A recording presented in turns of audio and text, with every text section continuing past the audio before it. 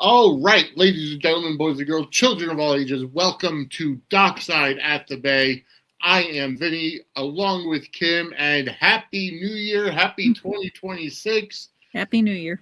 Hopefully, everybody has, if you went out last night and had a good time, hopefully you're not too hungover to enjoy our show today.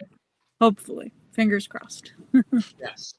But either way, I do want to say thank you to everybody who made our 2025 just very, very, very monstrous in terms of growing in popularity as well as support. So again, thank you so much for tuning in and subscribing and liking and sharing and all that. And I do want to note, seeing as today is January 1st, we're starting a brand new promotion for 2026. Every month we are going to be giving away a free T-shirt to someone. And how do you get entered into that drawing? Well, you give us a super chat or a super thanks or a super sticker. So here's where it is. For every month, for every person that does a super chat and helps to support the channel, super chat or super thanks or super sticker, your name, your username on YouTube will go into a drawing for a free T-shirt, and I will send that to you at the end of the month. I will get your name, get your information, and have it sent out. And that's going to be for every month for 2026. So we're going to start today with January 1st. Give us a super chat. Give us a super thank, and it doesn't matter the monetary. If you want to do $2, you can do $2. If you want to do more, you can do more. Just know that every super that you send us is a new entry into the drawing. So if you do 5, you got 5 entries. If you do 10, you get 10 entries. And you're helping to support us as well. So there we go. Every month, we will send out a shirt to a lucky winner based upon the supers that you send us. So go ahead and start today. Yep. Send us a super chat. Send us a super thanks or a super sticker. It just goes to help the show. It goes to help us provide fantastic new production. Our production level could be higher and new stuff, new content, and all of that. So help us out. Kim, how are you doing? Just to kind of break the fourth wall, we are recording on December 17th, so we haven't had our Christmas or our New Year's yet. Yeah, but looking forward to that holiday, still that holiday mode. And feels like my workplace is kind of in the holiday mode too right now, where it's just like everyone's just trying to get through the new year where we're recording this from in the future. Exactly. We hopped into our DeLorean. But either way, folks, I do want to thank everybody for everything for 2025. Yes. You helped us grow tremendously. And 2026, we're going to be providing a lot more content. Oh, yeah. We got plans.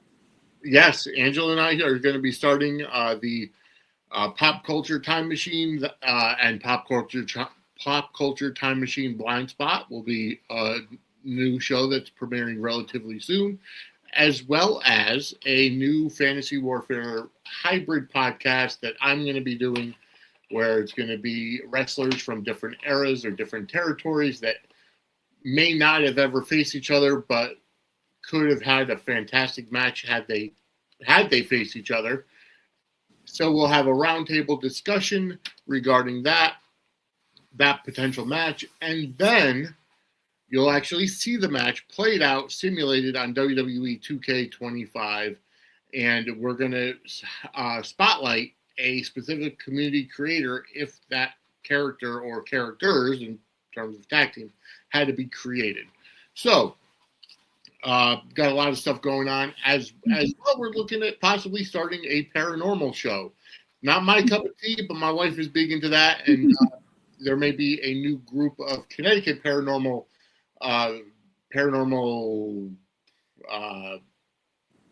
people, a group, investigators, there's the word I'm thinking of, a group of Connecticut paranormal investigators that may be starting on our network as well. So a lot of new stuff coming up. For sure. All right. So we are going to be talking about the Bay Season 7, Episode 7. And we're flipping back and forth between Bay City and Puerto Rico. Yes. Yep. We're, as opposed to the previous episode that was just exclusively kind of two characters. We had Vivian and we had Adam just in the cabin and their, isolated sort of state. Now we're back, focusing on the other families, focusing on the other, the drama that's still happening in Bay City. Yes. That's extended out to Puerto Rico and the investigation and Pete and the Three Musketeers with Pete and with Caleb, as well as with RJ. There was a lot more, definitely action packed in this episode too, and moving things forward, moving along the plot, everything like that. Still happened down in a pretty condensed, way too. The episode flew by as per usual. So. But either way, it was a great follow-up to the episode with Adam and Vivian. It was. Oh, for sure.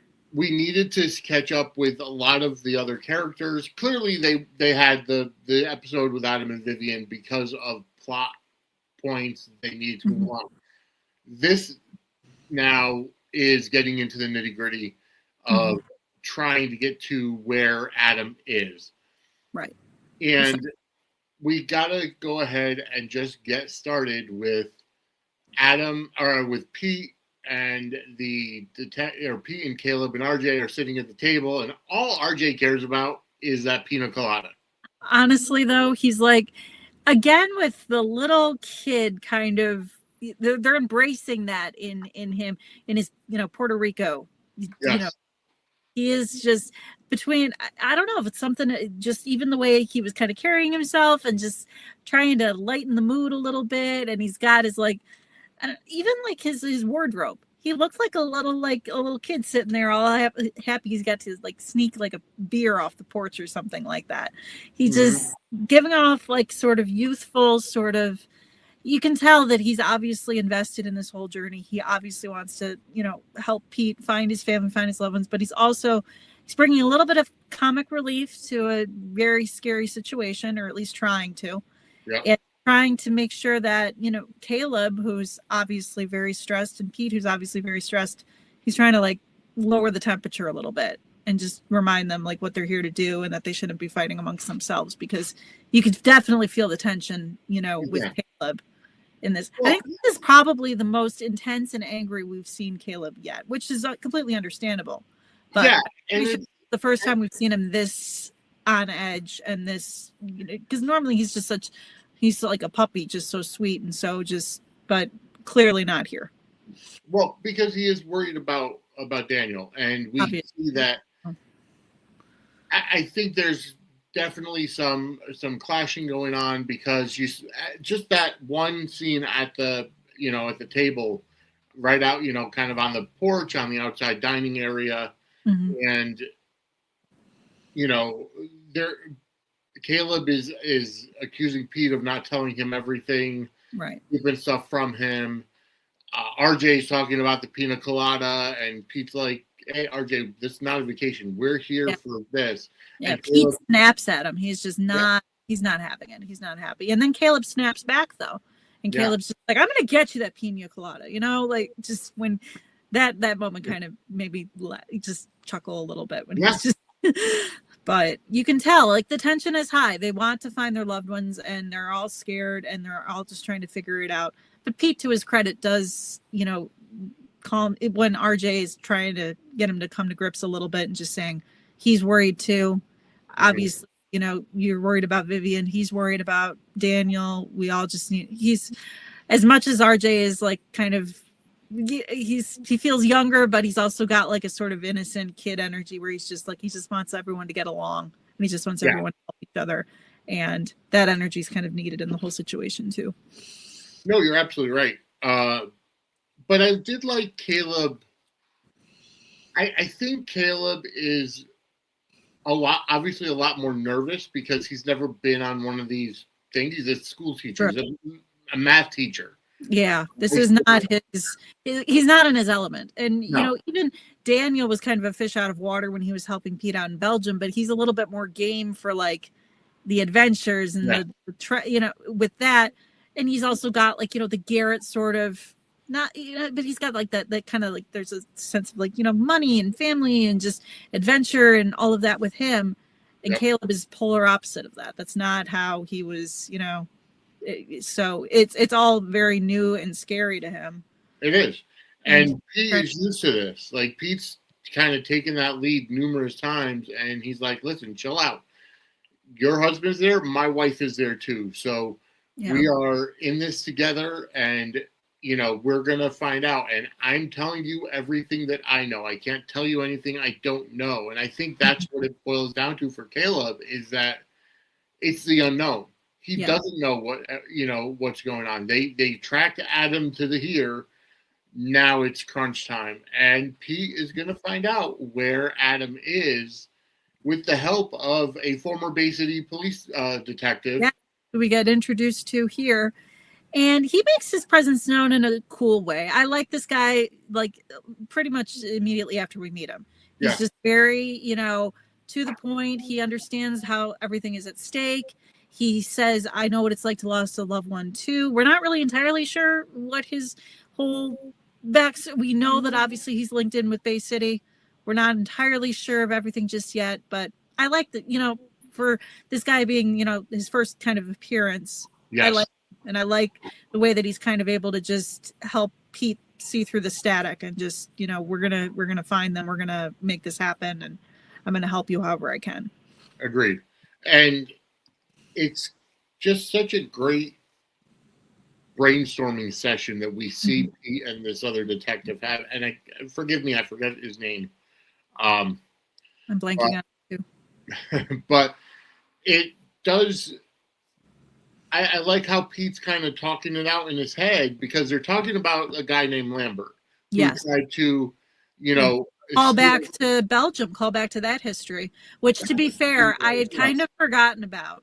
Yes. They mentioned, and I really love how the Bay is, you know, they sprinkle in that history just to remind us, because, you know, with the way the show shoots and, you know, streams and everything, it's easy to lose track of plot that happened in prior seasons. I mean, when was Belgium? That was like season 4 or 5, somewhere in there. It's kind of a blur.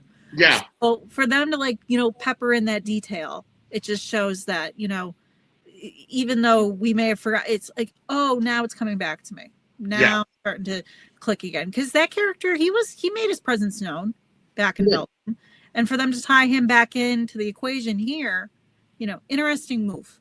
That was the guy. That's right. That was the guy that was about to buy the real estate stuff from Steve. Right. Right. Okay. Because I was trying to put it together, and I thought that maybe it happened off screen at some point in the past or whatever. But I'm like, wait a minute, we've seen Pete's character evolve this entire time. I don't remember that, but now that you bring it up, I do. Yeah. And then having, you know, the episode start out with Steve did kind of set it brought us back in a way to that whole, you know, mission when, you know, Pete was trying to obviously track down Sarah, thought that, you know, Steve was responsible, but there was other forces at play, and it's similar to what's happening now. There's other forces at play. Yeah, and I like how, kind of switching gears to Steve, I like how Steve was unaware there was a different Adam Kenway as well. I appreciated that too. I think it's one of the first times we've ever seen Steve really caught off guard. Yes. Because it just shows that he was off in oh gosh, where was he? In where was he in Oregon? I think that was Turkey. Yeah, Turkey. Yeah. So he obviously, you know, back in, you know, rounded up, getting interrogated by Lex and the whole thing, and he's all sitting there, you know, like sing it. Previously, when we'd seen him, he was like singing in the cell or the interrogation room, and all cocky and all just. But he gets genuinely blindsided by the fact that A, Adam wasn't Adam, and B, that Sarah was hurt. And Sarah was shot. Because when they showed him the picture of Logan, yes, and he's like, "Yeah, you used to be my henchman," And when Lex comes in and said, well, he came into the house and shot Sarah. Yeah. And then I he didn't says, like the line, he shot my blondie, but also just, he found a way to make it creepy, of course. well, I mean, Yeah, I also, get it, but at the same time, it's like now it's a different vibe from Steve. Yeah, no, because he was thrown by hearing that news. He didn't, Right. that all of that is just brand new information to him. And it's the first time we've ever seen him that caught off guard and that surprised and that just because out of the loop. Well, because Logan used to be his head henchman, and the fact that now he's working for Adam, and now he doesn't like he sees where the loyalties end. Yeah. So yeah, I think Steve feels that knowing that Logan worked for him, Logan would have known don't touch Sarah because Steve loves her so much, obsessed, whatever. Yeah. But just the fact that this guy was the guy that pulled the trigger, Sarah. Oh well, that's true. That is another layer that I kind of that is another layer because, as you said, he would have said, in spite of everything, no, Sarah's off limits. You don't touch her, and then for him to find out, I don't know, just the way the my blondie. It still creeps me out whenever he calls her blondie. So yeah. But we get it. Yeah, just seeing him kind of rattled in that moment was satisfying. It was interesting. Kudos to Matt Ashford again, because that man's brilliant. And we also had, Lex in the equation too, trying to, get the information. It's just so many rock stars in that scene, and just information and things getting teased out. And it felt it was a brief interaction, but it said a lot, and there was a lot that happened in like those few minutes in the interrogation room. So. Oh yeah. And okay. And you know what was really great about it was Lex,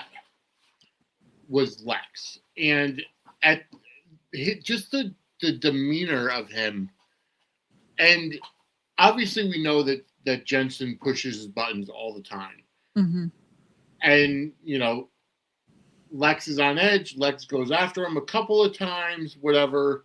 Yeah. And then when Steve says he hurt my blondie, that's kind of like the realization that Lex has now that, well, this guy didn't know anything about it. Yeah. And now they're going to sit down because he takes the coffee and he goes to sit down. And now it's like, all right, this is on. And, in any other universe, it would be like, kind of cool to see the two of them join forces and help, try and track this bastard down. But at the same time, it's just like all of that history and everything that we know Jensen to be. It's like you can't root for that, but you kind of want to. Right. Want to see Tristan Rogers and Matthew Ashford just like teaming up to take down a bad guy in a way. Yeah. Like, that would make for like a satisfying, but given the characters, it's like the best that they could do is just kind of have that moment where it's like, all right, let's really kind of hammer out exactly what's going on. Yeah, no, exactly. But what's really great is that right after, while Lex and Nardo and the DA, who I still can't remember her name. Yeah. She's fairly new though. Like, she's kind of come onto the scene at a, not to say I should know her name, but as they're comparing notes and kind of talking afterwards, Lex is staring at this one young cop. Yes. And we see it a couple of times because even beforehand, like there's a lot of focus on this cop where he's random panning over to like show this guy just kind of standing off to the side, looking shady. Yeah. Mm-hmm. And then Lex goes after him because Lex has a flashback to the night in question and recognizes his hair, his eyes, and because he did put together a pretty remarkable sketch that we got with his whole interaction with Logan. Yes. So. Well, that's what he's got pretty good recall on the whole situation. Yeah, that's what being a great detective is. Yeah. But despite the fact that the woman, the love of his life is lying there bleeding out, he's still able to emblazon in his. So kudos to our guy, Yeah. I give him credit. And folks, we apologize for the car horn in the Yeah, background. I apologize for that. I swear my window is closed. It's very cold here in Chicago. Yeah. No, trust me, I get it. Car alarms get loud. Even with the windows closed and everything, we hear wind chimes from next door. So yeah, I get it. But moving just alerting you to watch the Bay, guys. It's of just, course. Yeah, keep you sounding awake. alarm, being like, hey, catch up. Yeah, exactly. If you're not binging the Bay yet, you got to start. I mean, hell, we're on season 7, episode 7 at this point, and it gets better and better every single week. Absolutely. Or every single episode, I should say. All right, so moving on to where Lex is now going into the interrogation room with this cop, because obviously Lex kind of ran after him and attacked him. Yeah. Nardo pulls him off. They put the cop in handcuffs. And then, Nardo's trying to say, hey, you got to stay calm, you know, and Lex is just like, I want to rip this guy's head off. What is going on? Why are you, who are you working for? And then an attorney happens to come in and say, yeah, that's my client. I've never seen this gentleman before. No, me either. That actor, though, he's one of those like character actors where it's like, his face. 90% sure he's probably been in an episode of like Law and Order or something like that, because he looks very familiar to me. But yeah, we have not seen him in Bay City before. For a second, I was just like attorney. Hey, maybe it's so and so, but maybe it's Why am I blanking on his name? Arthur. Thank you. I was like, Arthur with a new face, but no. Although it would have been cool if it was, because Adam is the one that's, It would make logical sense, an Arthur recast. Yeah. I would have been, cool with that, just given everything that's been playing out. Yep. But no, it's a different, new face for us. But again, the way that they introduce characters on this show, it's pretty seamless. Yes, okay. Right. But we got the new detective and the DA that we mentioned. Now we have it's becoming like an episode of Law and Order. It is. We're getting a lot of, the law side of things happening right now too. And disorder. Yeah. And by the way, guys, before I say anything, before I do anything else, I do want to give a free plug to a company. Every so often, when you're scrolling through your Facebook feed and you see the ads for whatever it may be, whether it's stuffed animals or whatever, and I swear the phone listens to you because you could be talking about something, and then 10 minutes later it's on your Facebook feed. But if you've ever wanted to get custom-made ugly Christmas sweaters, if you go through funnyuglychristmassweater.com, I know it's a long thing. They're actually really good. Their customer service is great. They're one of those that's not a scam company. I've ordered 2 custom ugly shirts, ugly sweaters from them. This year's my second one with the Suds and Squared Circle logo on it. So if you are looking for a new funny ugly sweater with whether it's your pets or your business logo, go through them. Free plug. I don't, they're not a sponsor, but I've ordered twice from them and they are freaking awesome. So check in the market for a nice sweater. I'm gonna have to look into this. Yeah, funnyuglychristmassweater.com. So check that out. They have a ton of great designs, and they're spot on with their tracking information. They keep you posted with everything. They're one of the good finds on Facebook. All right, sorry, quick tangent. So where were we? Oh yeah, so Lex interrogating the young cop, and that's kind of like when the attorney walks in. That's pretty much where it ends, because now it's like he's got to talk to his attorney, and we don't see any of that at that point. Yeah, but it did create, planted a lot of, cast out some new threads. We've got some characters in the mix now that we didn't have before. Yeah. And it's just, it just adds another, layer to this whole investigation thing, and how it's just, just spiraling and, an umbrella all over in the entire town. that's his way to Puerto Rico too. So yes. Now we're speaking of Puerto Rico. Now we're going to Puerto Rico because we're going back to Puerto Rico because that's where we see Xander. Yes. Along with the twins. Along with Reagan and Frankie. They're talking, and I love how Reagan is the smart one, right? She's got the glasses. It is stereotypical. She's the smart one of the twins, and she's going on, and she's like, "I know I saw Mr. Caleb. I forget his last, Mr. McKinnon, along with Uncle Pete, and I don't know why they were here, and this and that." And Frankie's like, "No, I couldn't have been. There's no reason why they're there." And then here comes Xander. Yeah, they're here, and I love how that's kind of become like an almost recurring sort of thing where we have the twins kind of exploring this possibility, and then Xander just comes in, and, oh yeah, by the way, totally confirmed your suspicion. Yeah, exactly. Yeah, he fills in the gaps. He's the answer man. He comes in and he just kind of, tells you everything that's going on. I appreciate that. I do too. But think about this, okay? So they're using an iPad, or Reagan is using a phone to look at Bay City's newspaper. And we saw... It's got more circulation in Puerto Rico than it probably does in Bay City. But that's where you would think to see it out of town is on a phone. Yes. Not see the actual newspaper. As opposed to the actual physical, yes. Exactly. So I'm thinking Adam has a printing press in the basement in that compound where he's able to get... he's old school, as established by his love for classical music. That's true. So, maybe the printing press, who knows? He could have a whole, dark Gothic villain, lair someplace and, just involve all of that. Because I wouldn't put it man.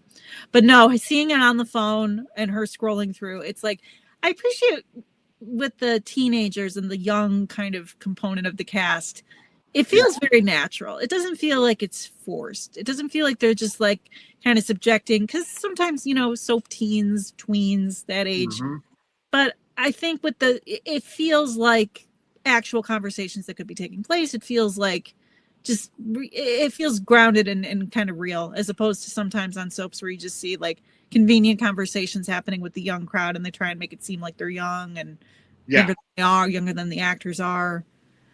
I think that they kind of, I like their dynamic with the twins and Xander. And I think that it comes across as just natural and well written. So, and they move the plot in ways that make sense and ways that will not just dumping exposition on us or something like that. No, you're absolutely right. And it just, it works for how everything goes. And they're kind of in a stick in the mix of the thick of things. There we go. There's the word I was thinking of. They're right there in the thick of things, and I like how they said, "Oh yeah, our Nana and your mom wanted to get us out of Bay City for our own good." Come to find out, they happen to go down to Puerto Rico, the place where everything is happening. Yeah. Everything's about to. I mean, I don't know how far apart San Juan and El Yunque are, but I'm just thinking, you guys, your timing, not the best from Nana to go to the spa. Exactly. And I like how later on when they actually bump into Caleb and RJ at the bar, and I like how Frankie's like, is that alcohol? Little moments of the comic relief sprinkled in, RJ at Pina Colada. We should do a t-shirt, a little cartoon of RJ holding his striped shirt, little Pina Colada.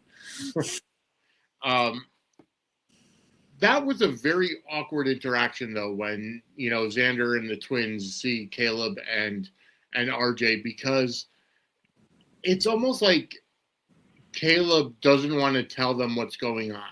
Right. Well, it makes sense too. He's a teacher. He wants to protect these kids from this horrible reality of his husband, having gone missing, being kidnapped by this sociopath. Right.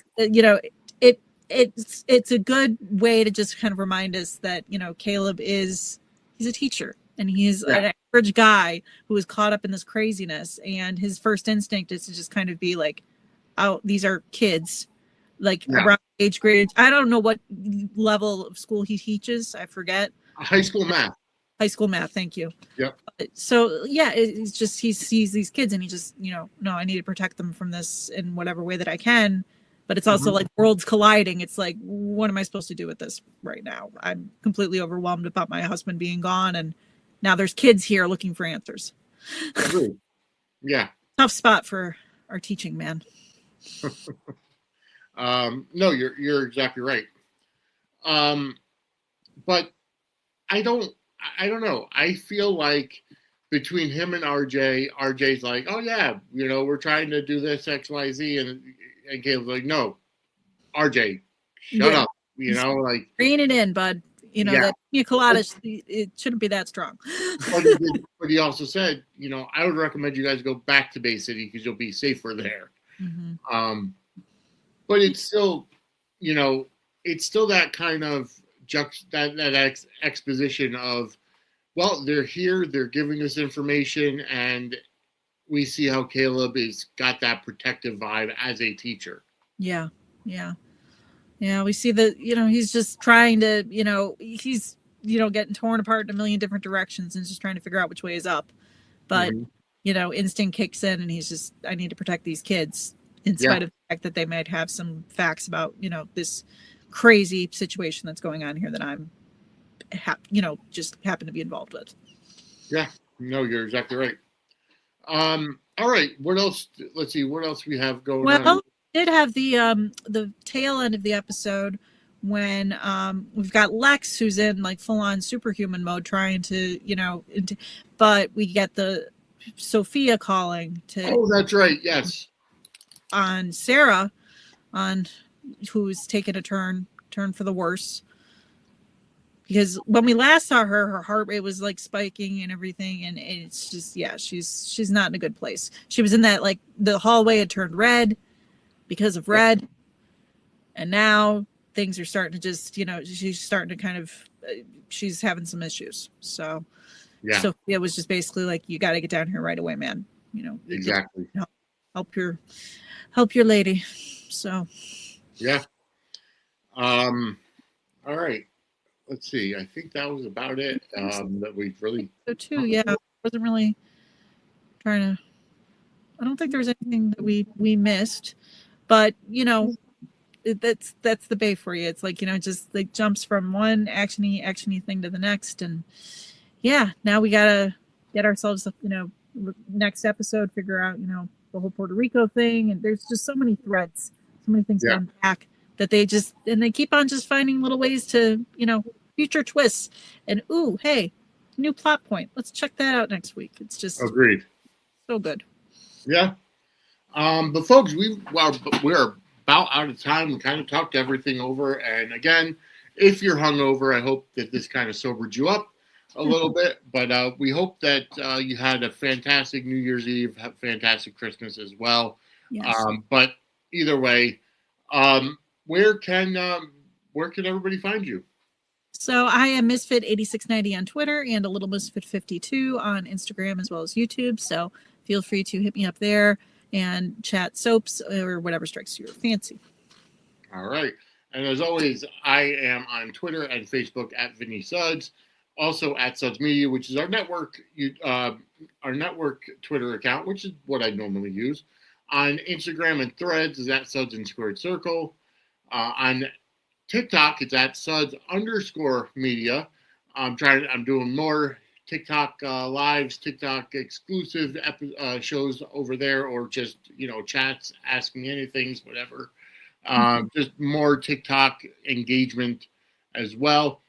Buy our merch. Go to merch.suds-media.com and help us out that way. You get some really cool logos of our shows as well as more. And then, as always, suds-media.com, which is our YouTube channel.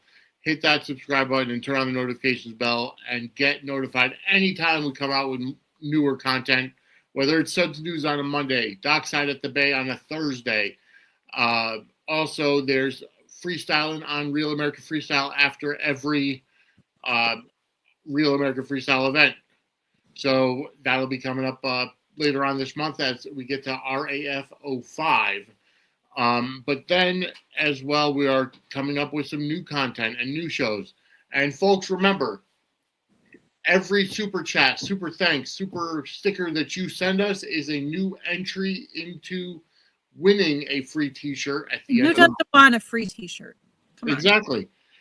So definitely go ahead and do that. And at the end of the month, if I choose your username, then I will go ahead and contact you for your information and get you your shirt sent. But again, folks, as always, for Kim, I'm Vinny. We will see you next week as we sit dockside at the bay. Have a great night, everybody. Take care, everybody.